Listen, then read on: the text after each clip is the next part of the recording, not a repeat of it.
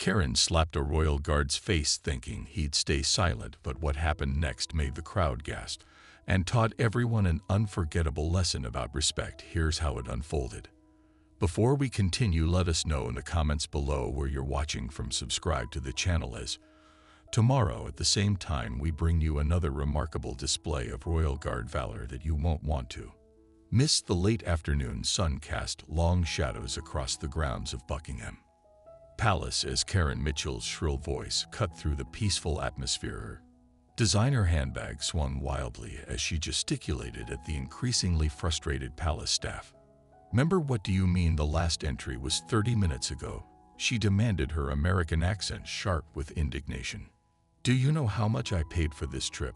Do you have any idea who I am?" She thrust her phone forward, displaying what appeared to be a business card for a mid-level real estate agency in Connecticut. The staff member, a dignified gentleman in his 50s, maintained his professional composure. "I apologize, madam, but the palace visiting hours are clearly posted for security reasons. We cannot make exceptions." "Security reasons?" Karen scoffed, running a manicured hand through her meticulously styled blonde bob. "Look around, there are still people inside. What's the difference if one more person goes in?" She gestured toward the palace windows where the last tour group was visible, making their way through the staterooms. A young couple with 2 children quietly stepped away from the entrance, the mother whispering something in French to her husband as they created distance between themselves and Karen's growing tantrum. The father nodded, guiding their family toward the palace gardens. "Instead, the difference, madam," the staff member explained with practiced patience, "is that our last tour group entered during regular visiting hours. We maintain strict schedules to ensure oh, spare me the bureaucratic nonsense." Karen interrupted, her voice rising further. "This is exactly what's wrong with this country. Too many rules, too many people hiding behind protocol. Instead of using common sense." She adjusted her designer sunglasses, a gesture that seemed calculated to draw attention to their expensive brand. A group of Japanese tourists paused their photography session, their expressions a mixture of discomfort and fascination as Karen continued her tirade. An elderly British couple shook their heads disapprovingly, the woman muttering something about these sorts of people to her husband. "I demand to speak to your supervisor," Karen announced, assuming the battle stance familiar to service workers worldwide. "Clearly you don't understand that some rules are meant to be flexible for the right people." Her emphasis on right carried all the entitlement of someone who had never been denied anything she wanted. The staff member's posture remained impeccable, though something in his eyes suggested he faced this particular brand of tourist. "Before my supervisor would tell you exactly the same thing, madam. The palace's security protocols are not negotiable. Perhaps you would like information about tomorrow's tours." Karen's face flushed red with anger, clashing with her pastel designer blouse. Tomorrow, I'm not some common tourist who can just change their plans on your whim. I have a schedule. I have standards." Her voice had reached a pitch that made nearby pigeons take flight. That's when her gaze locked onto the royal guard standing at attention nearby. Something shifted in her expression, a calculating look that suggested she'd found a new target for her. Frustration, her grip tightened on her handbag as she turned away from the staff member, her heels clicking against the pavement with determined purpose. "Fine," she said, her voice dripping with manufactured sweetness. "If you won't help me, I'll find someone who will, someone who actually matters around here." Her eyes never left the guard as she began walking toward him, her entire bearing suggesting she was about to show everyone exactly how important she thought she was. The staff member opened his mouth to warn her, but she was already out of earshot, her designer heels carrying her toward what would prove to be a profound lesson in respect and tradition. As Karen approached the royal guard, her heels struck the pavement with the sharp precision of someone used to commanding attention. Her designer sunglasses now perched atop her head like a crown, allowing everyone to see the entitled determination in her eyes. "Excuse me," she called out, her voice carrying the same tone she used with waiters who brought her the wrong wine. "Yes, you, the one in the furry hat. I need you to help me with something." She positioned herself directly in front of the guard, Deliberately invading his personal space, the guard remained motionless, his eyes fixed forward with the discipline of years of military service. His scarlet tunic gleamed in the late afternoon sun, each brass button and medal telling its own story of dedication and service stories. Karen was too self-absorbed to read. "Hello, I'm talking to you," she waved, her manicured hand in front of his face, her diamond tennis bracelet catching the light. "Is this part of the show playing statue while paying customers are being mistreated?" Her voice rose with each question, drawing uncomfortable glances from passing tourists. A middle-aged couple hurried their children past the father, quietly explaining to his curious daughter why the lady's behavior was inappropriate. Karen either didn't notice or didn't care about the example she was setting. "Look," she continued, her tone becoming more condescending, "I understand you have your little routine here. It's cute, really very quaint." She adjusted her Gucci blouse, a habitual gesture that seemed designed to remind everyone of her self-perceived status. "But surely we can drop the act for a moment, and you can tell your colleagues to let me into the palace. I'm not just anybody, you know." The guard's bearing remained perfect, though someone with military experience might have noticed the subtle tightening of his jaw, the only visible sign that he was indeed hearing every word. "This is ridiculous," Karen announced to no one in particular, though she was clearly playing to the growing audience of uncomfortable onlookers. "I've been to Disney World, and even their character actors know when to break character for important guests." She dug through her designer hand, producing a business card with flourish. "Here, Karen Mitchell, Luxury Real Estate. I sell multi-million-dollar properties. I'm the sort of person you want to accommodate." When the guard didn't react to her credentials, her frustration visibly mounted. "Are you even listening to me? Or is all this," she gestured vaguely at his uniform, "just for show? Because right now you're not showing very good customer service skills." A group of British citizens had paused nearby, their expressions darkening at her dismissive attitude toward their tradition. An elderly man wearing a veteran's pin on his lapel watched with particular interest, his weathered face showing the calm recognition of someone who understood exactly what Karen was failing to grasp. "You know what?" Karen's voice took on the sharp edge of someone unused to being ignored. "I don't think you're even a real soldier. No real military man would just stand there while the lady needed assistance. This whole thing is probably just a tourist trap, actors playing dress up for the cameras." She leaned closer, her expensive perfume invading the air around them.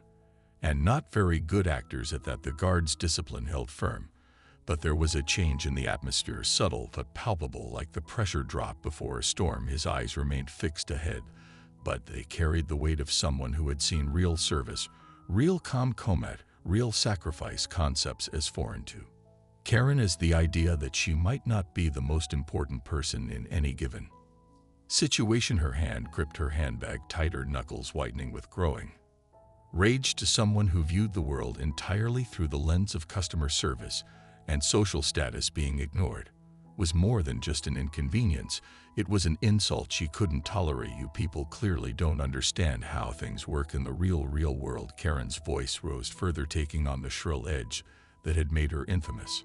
At every country club she'd frequented, the sound cut through the afternoon air like expensive crystal being scraped across marble, sharp, unpleasant.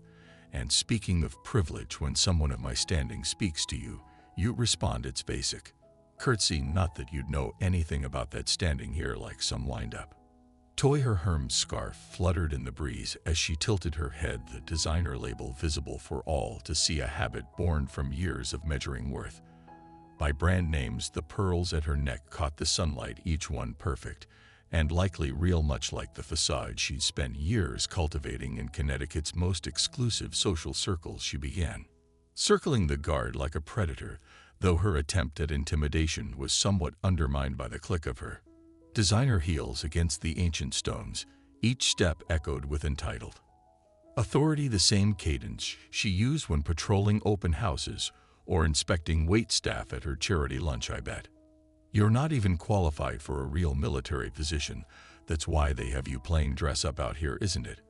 Couldn't make it in actual service, so they gave you a fancy hat and told you to stand still." The guard's ceremonial rifle remained perfectly steady, its brass fittings gleaming with the kind of polish that spoke of hours of dedication. Dedication Karen mistook for subservience, her reflection distorted. Across its surface fracturing her carefully maintained appearance into something closer to her true nature. The elderly veteran shifted his weight years of military discipline. Barely containing his reaction to her words, his campaign medals clinked softly against each other, each one earned in moments of valor that Karen's privileged world couldn't begin to comprehend. Nearby, a young mother covered her son's ears, hurrying him away from the scene, whispering something that sounded like "not how we behave, darling." The growing crowd watched with a mixture of horror and fascination as Karen continued her TI, rod, their phones lowered out of respect for the guard's dignity rather than interest in her display. "Let me explain something to you about authority." She leaned in closer, her voice dropping to a theatrical whisper that still carried across the courtyard like poison. Her breath smelled of expensive coffee and entitlement, the kind of combination that had cowed service workers throughout New England. Real authority comes from success, from status. I drive a Mercedes. I live in a gated community. I'm on the board of 3 different charity organizations.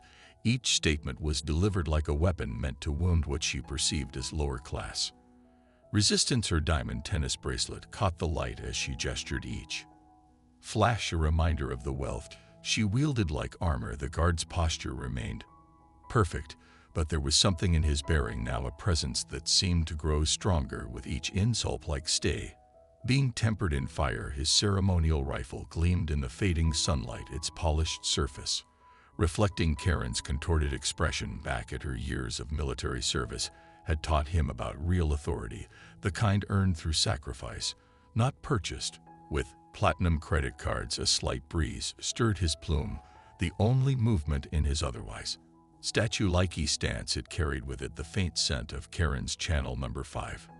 Fragrance that probably cost more than a week of guard duty pay, yet couldn't mask the growing soreness of her disposition. "Oh, still playing soldier?" She mocked, her frustration mounting at his continued silence. Her manicured fingers drummed against her designer handbag, a nervous tell that betrayed the first crack in her confident facade. "Does the Queen know you're out here embarrassing her country, making paying tourists feel unwelcome?" She fumbled in her bag, producing her phone with the same flourish she used to brandish business cards at networking events. "Maybe we should call her. I'm sure she'd love to hear about how her toy soldiers are treating important visitors." The phone's case was leather and monogrammed because even her accessories needed to announce their expense to the world. She held it like a weapon, though against the guard's unwavering discipline, it seemed as ineffective as her previous attempts at intimidation. A group of American tourists had stopped to watch, their faces burning with secondhand embarrassment. One whispered to another, "She's not with us," as if trying to distance themselves from their country. Woman's behavior. Their own phones remained pocketed. This wasn't entertainment, it was a display of everything wrong with entitled tourism. "You know what your problem is." Karen's voice took on the same tone she used when berating restaurant managers. "You think this uniform, this little act of yours, makes you special, but let me tell you something. I've seen better security guards at the mall back home. At least they know how to treat VIP customers with respect." The veteran had moved closer now, his campaign medals catching the light. Each one told a story of real service, real sacrifice, concepts that seemed as foreign to Karen as the idea that she might not be the center of the universe. "This is your last chance," she announced, her voice trembling with rage. "Either drop this ridiculous act and help me, or I'll make sure everyone knows how you treat respectable visitors. I have connections, you know, one phone call and I could." Her voice cut off abruptly as a young boy in the crowd asked his father loud enough for everyone to hear, "Dad, why is that angry lady being so mean to the soldier?" The innocent question seemed to hang in the air, highlighting the absurdity of her behavior, but rather than causing her to reflect, the child's question only seemed to fuel her anger. Her face flushed deeper red and her hand gripped her designer bag so tightly the leather creaked. She was building towards something that would cross a line even she hadn't dared approach until now. "You think you're better than me," she hissed, her composure cracking like cheap veneer. "Standing there in your costume, Ignoring someone who could buy and sell your entire year's salary with one commission, check her free hand raised. Slowly trembling with rage. Well, let me show you what I think of your precious. Protocol. The air seemed to crystallize with tension as her hand drew back, the afternoon sun catching her diamond rings, a glittering testament to the wealth she thought could shield her from consequences. The crowd held its collective breath, recognizing the moment when entitlement was about to collide.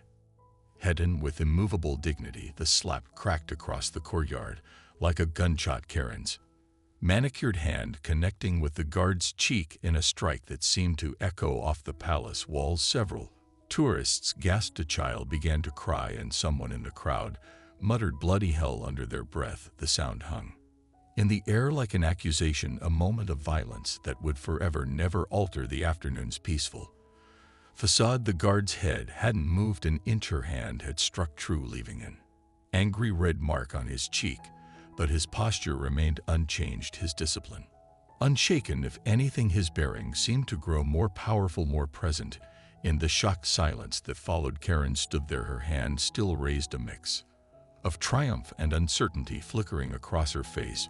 Perhaps she had expected him to break character, to crumble under her assault. Instead, she found herself confronting something she'd never encountered before: dignity that couldn't be slapped away, strength that had nothing to do with power over others. There, she said, but her voice had lost some of its earlier confidence. Maybe now you'll learn to show proper respect to Mom. The word cut through the courtyard like a blade, quiet but carrying the authority of command. The guard's eyes, which had remained fixed forward throughout her entire tade, now turned to meet hers directly. In that gaze was not anger, not hatred, but something far more terrifying: the calm, measured assessment of a warrior who had faced far worse than an entitled tourist. A pin dropping would have echoed in the silence that followed. Even the pigeons seemed to pause their sing, as if sensing the gravity of the moment. The red mark on the guard's cheek stood out against his skin, not as a sign of weakness, but as evidence of her own lack of dignity.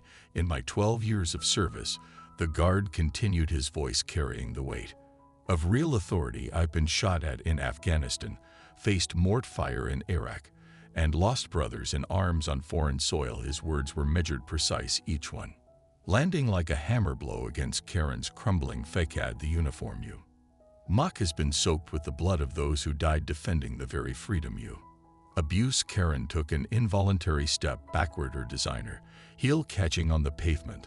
The guard's presence seemed to fill the entire courtyard now, his bearing no longer ceremonial, but radiating the true military authority that lay beneath the tradition. This costume, as you call it, is worn with the pride of centuries of service. Each button, each medal, each crease represents the sacrifice of those who stood guard not just over a palace, but over the principles of duty, honor, and respect. His voice remained level, but carried an intensity that made Karen's earlier shouting seem childish in comparison. The elderly veteran had moved closer, standing at parade rest, his own service medals glinting in the fading sunlight. His presence added silent testimony to the god's words, decades of shared sacrifice and understanding bridging the generations between them. Karen's mouth opened and closed, her carefully maintained composure dissolving under the weight of real authority.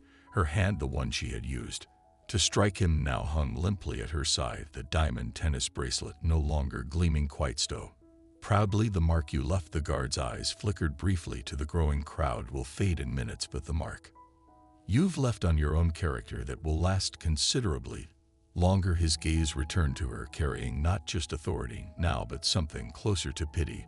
Was it worth it, madam? Did striking a combat veteran make you feel more important? I didn't. Karen stammered, her carefully constructed world of privilege beginning to crack. The veteran stepped forward, his bearing still military strength, straight despite his age, 2 tours in Afghanistan.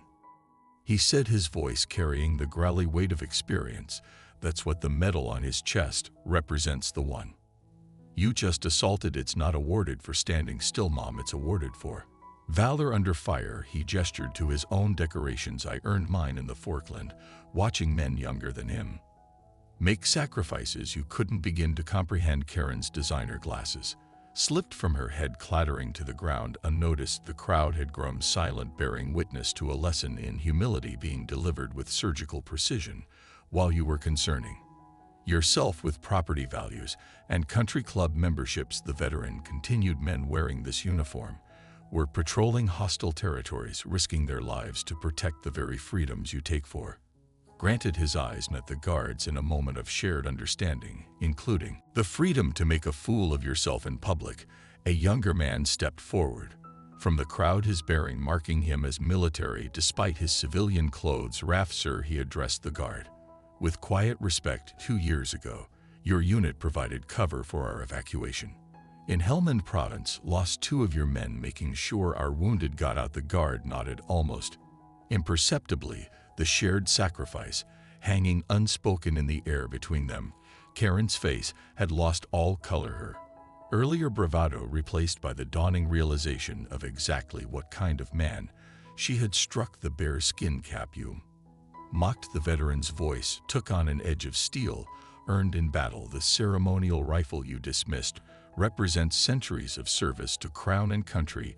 Every part of this uniform tells a story of sacrifice, duty, and honor, concepts that clearly need explaining to someone who measures worth by the price of their handbag." Karen's grip on her designer bag had loosened, the status symbol suddenly seeming insignificant against the weight of real service. Her carefully applied makeup couldn't hide the shame that was beginning to color her cheeks. "I watched men die wearing this uniform." The guard spoke again, his voice carrying the quiet authority of someone who had commanded in battle, not just boardrooms. "Young men, brave men who understood something you clearly don't, that some things in this world are worth standing for, worth sacrificing for, worth protecting, not because they bring wealth or status, but because they represent values greater than any individual too." Police officers had appeared at the edge of the crowd, their presence professional but unhurried. They recognized what was happening, not just an arrest in the making, but a necessary lesson being delivered each morning. The guard continued, the red mark on his cheek now fading like Karen's pretensions of superiority. "We spend hours preparing this uniform, not for tourists' photos, not for show, but out of respect for every man and woman who has worn it before us, who has died wearing it, who understood its true meaning." The veteran touched his campaign medals again, each one a testament to battles fought long ago. "The discipline you mocked, it's not an act, it's the same discipline that keeps men standing their ground under fire, that helps them put duty before comfort, service before self, something that can't be bought with any amount of real estate commissions." "So what happens now?" the guard asked, though his tone suggested he already knew the answer. "The law regarding assault of a royal guard is quite clear, but more than any legal consequence, you'll have to live with the knowledge that your moment of entitlement led you to strike a combat veteran, someone who's bled for the freedoms you abused." The police officers moved forward with quiet efficiency. One of them, a female officer with graying temples, spoke with the weary recognition of someone who'd seen this scene before. "Mom, you'll need to come with us. Assaulting a member of His Majesty's Armed Forces is a serious offense." Karen's expensive mascara had begun to run, leaving dark tracks down her cheeks. Her earlier bravado had crumbled entirely, replaced by the hollow realization of someone seeing themselves clearly for the first time. "I didn't know," she whispered, her voice barely audible. "I didn't think." "No," the veteran interrupted, his voice firm but not unkind. "You didn't think. You saw a uniform and assumed it was a costume. You saw discipline and mistook it for weakness. You saw tradition and confused it with theater." He straightened his jacket, his medals catching the late afternoon sun. "That's the problem with people like you. You've spent so long believing money equals power that you've forgotten what real strength looks like." The guard had resumed his position,